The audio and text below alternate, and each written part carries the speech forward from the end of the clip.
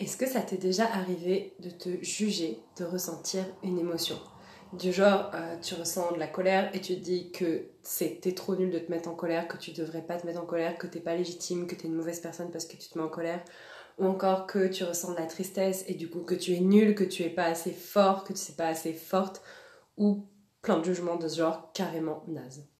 Et c'est exactement ça que j'appelle la double peine émotionnelle. Non seulement de base, tu ressens une émotion pas forcément agréable ou facile à vivre, mais en plus, tu te rajoutes une deuxième émotion pas forcément agréable et facile à vivre parce que tu te juges. Tu penses que tu ne devrais pas vivre cette émotion qu'on qualifie bien souvent, ce genre d'émotion, de négative.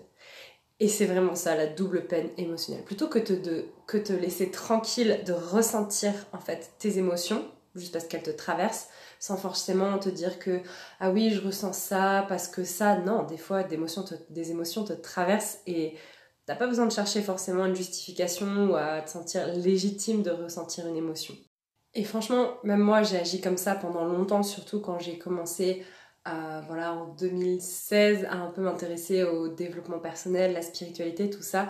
Je suis tombée, comme beaucoup, dans le panneau du il faut penser positif, il faut voir que le positif et le négatif, c'est pas bien, le négatif, on n'en veut pas. Sauf qu'en fait, il n'y a pas de négatif et de positif, et encore moins dans les émotions. Il n'y a pas d'émotions qui sont négatives que vous ne devriez pas ressentir si vous voulez votre vie idéale de rêve et que si vous êtes une bonne personne, une personne à succès. Non, les personnes qui rencontrent du succès et qui sont les plus heureuses ressentent aussi de la colère, de la tristesse, de la frustration, de la déception, etc. Ce qui rend vraiment heureux et ce qui va, je pense, faire le succès, c'est simplement d'accepter de ressentir ces émotions-là aussi.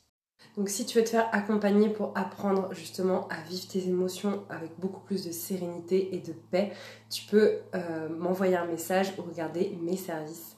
En tout cas, merci de m'avoir écouté et à bientôt.